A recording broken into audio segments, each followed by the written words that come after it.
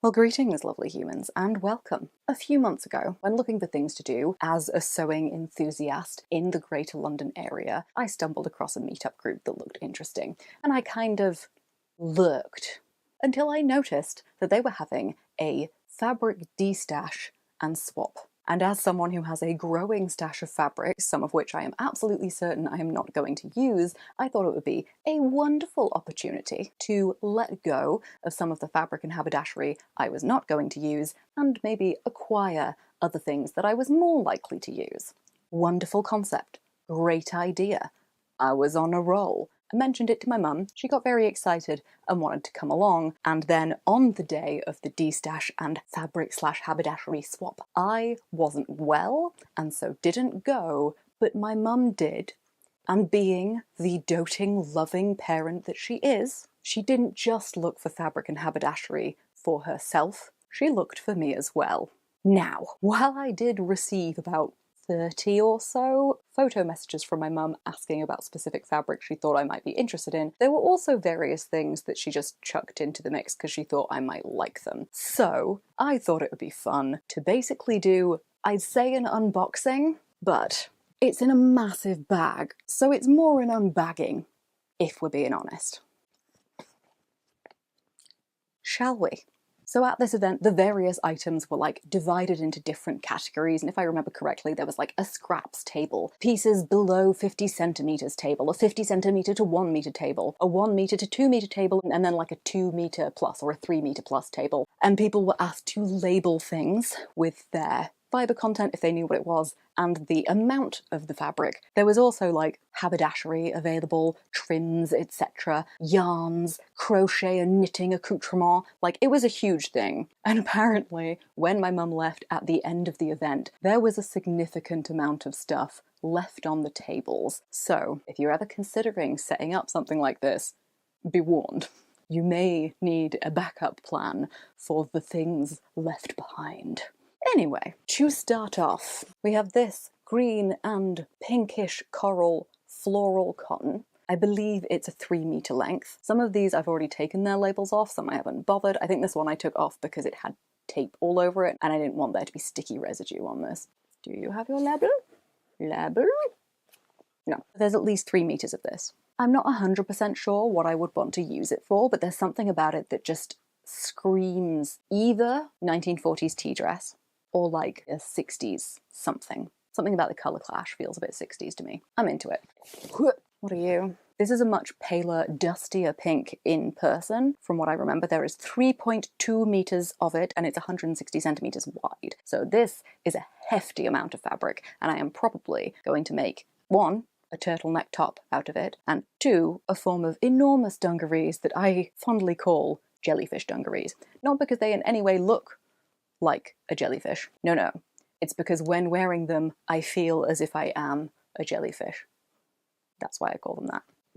This lovely green cotton was a contentious one. So my mum originally picked this up for herself. She thought it would be useful for quilt backs because my mum designs and makes stunningly beautiful quilts, the patterns for which you can buy on her Etsy shop if you're into that kind of thing. But when I went to her place to talk through the various things she had acquired, she was like, it's a really beautiful colour of green. You love green. It is who you are at your core. If you want this green fabric to make whatever you want to make with it, you're very welcome to it. And I went, thank you, I will take that. There's about 1.5 meters of it. This, do you have your amount on you? Do you say how much you are? Do you say still how much of you there is? No. If I remember correctly, there's about 2 to 2.5 meters of this. It is a sizable print on a really, really nice quality viscose fabric. I think it would make a really incredible like summer jumpsuit or summer trousers, or just like summer dress, a caftan situation. Oh my god, this would make like a stunning drapey caftan. That would be, I might need to do that. That might make it to the project list. Not that things on the project list necessarily actually happen, but there's a greater chance of it than if I just keep it in my head. Padam! A grey and pink ribbed jersey fabric. It was one of the kind of scrappy offcut bits, and it's a bit of a strange shape, but there is absolutely enough of this for me to make myself a cropped turtleneck top, and that's all I really care about. That's my plans for that. My mama picked up this really, really teeny tiny bright pink. Oh my god, it's so bright on camera. Good lord. It is not quite that neon in person. It's more hot pink in person. It's a really narrow needle cord. How much of you? How much? Approximately. Approximately. Okay. Oh, okay. Yeah, you're a bit of a strange shape, but that's alright. So it looks like there's maybe, what, 60 centimeters of the full width and like 40 or so centimeters of a half width of the fabric. There'd definitely be enough of this for me to make like a mini skirt or possibly have it as like an accent section on another garment. Now we get into the kind of weird stuff. A little bit. The picture my mum sent to me of this next fabric did not do it justice. In the photo, it looked beige. And I don't know if you know, but beige is not my jam. So I was very happy when she told me it was chartreuse, and even happier when I saw it in person, because it is beautiful. A chartreuse taffeta and these black brocade sections are flocked. So velvet feel on the black brocade section, which I am super into. There isn't a huge amount of it.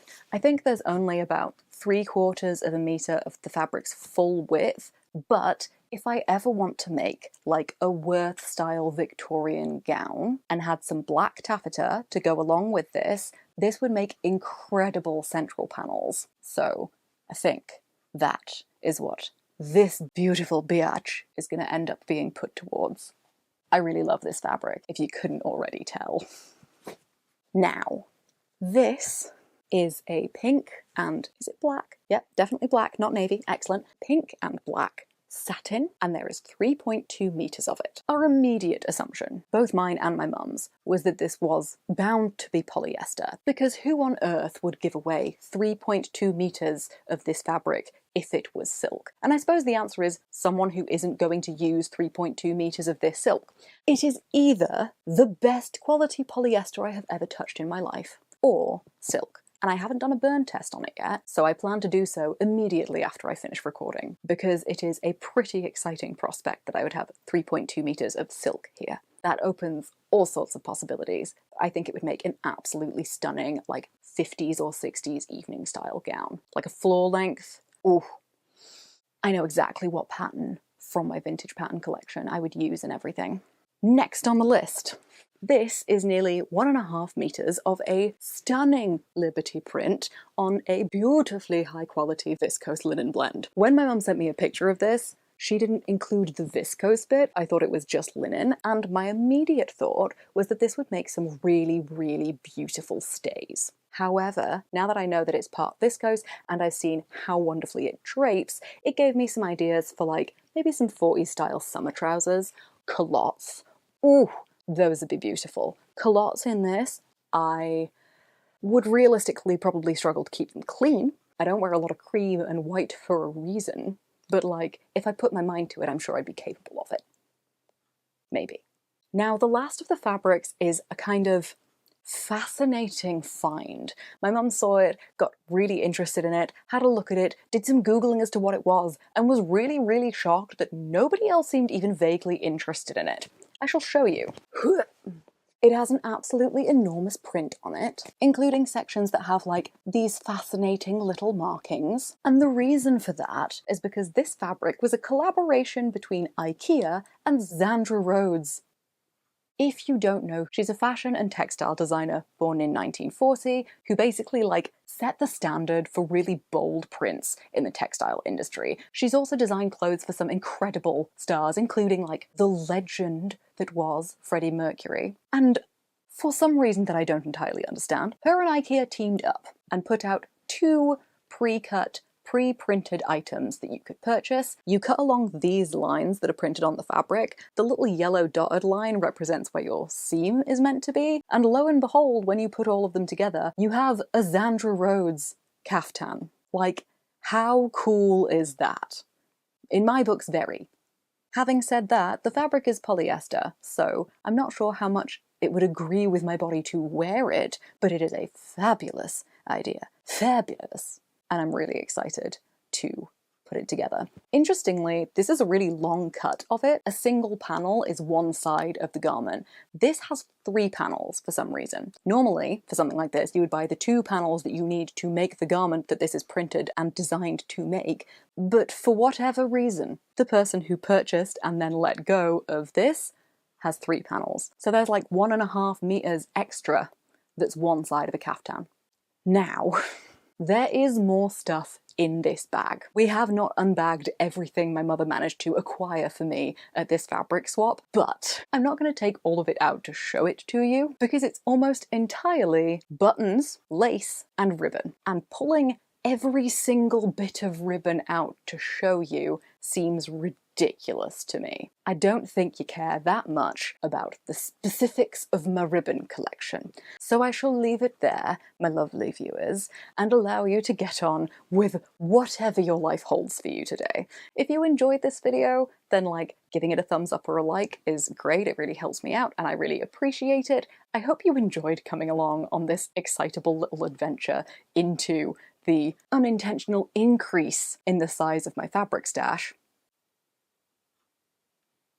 If you want to keep hanging out, that would be amazing. But whether you decide to stick around or not, I hope everything's okay in your world, and I will see you all next time. I need to clear all this up now. It's so much fun getting it all out the bag. Figuring out where it goes after you've pulled all of it out of the bag and strewn it across the sewing table. Much less fun. But someone's gotta do it. And it's me. The someone is me. Am I having a strop about it needing to be me? Yes. Ugh, lordy. How do you people? Sometimes life takes interesting turns. How do you people? Is that too strange a question to ask? Probably. Definitely a real person and everything.